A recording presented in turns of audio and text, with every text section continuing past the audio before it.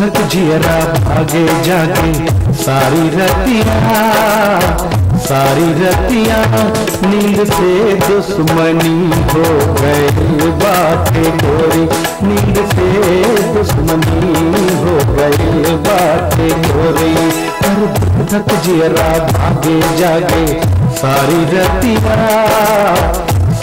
रतिया नींद से दुश्मनी हो गई बातें गोरी, नींद से दुश्मनी हो गई बातें गोरी।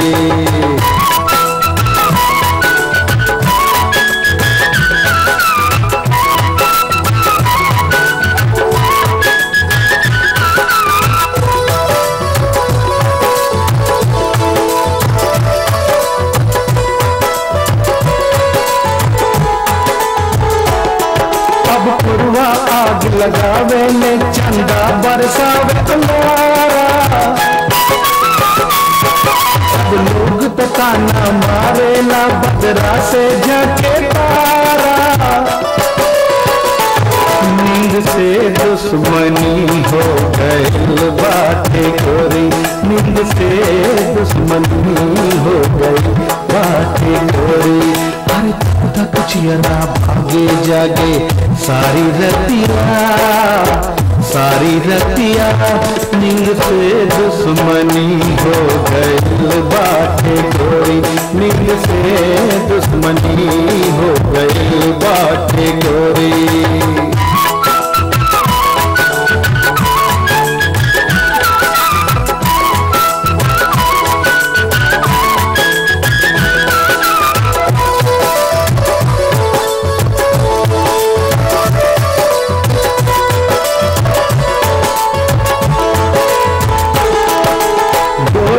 ऐसन तोहर जवानी का करी मन बेचारा, दबा के मत निकला ना करिया हमें इशारा। नींद से दुश्मनी हो गई बातें गोरी, नींद से दुश्मनी हो गई बातें गोरी। और धक जियरा भागे जागे सारी रतिया नींद से दुश्मनी हो गई बातें गोरी, नींद से दुश्मनी हो गई बातें गोरी।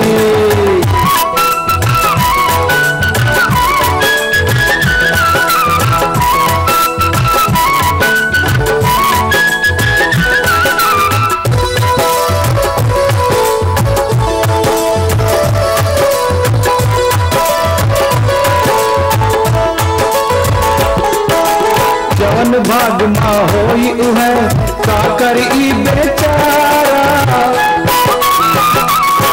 पर तोहर रूप के सागर मा डूबल बादाओ इशारा।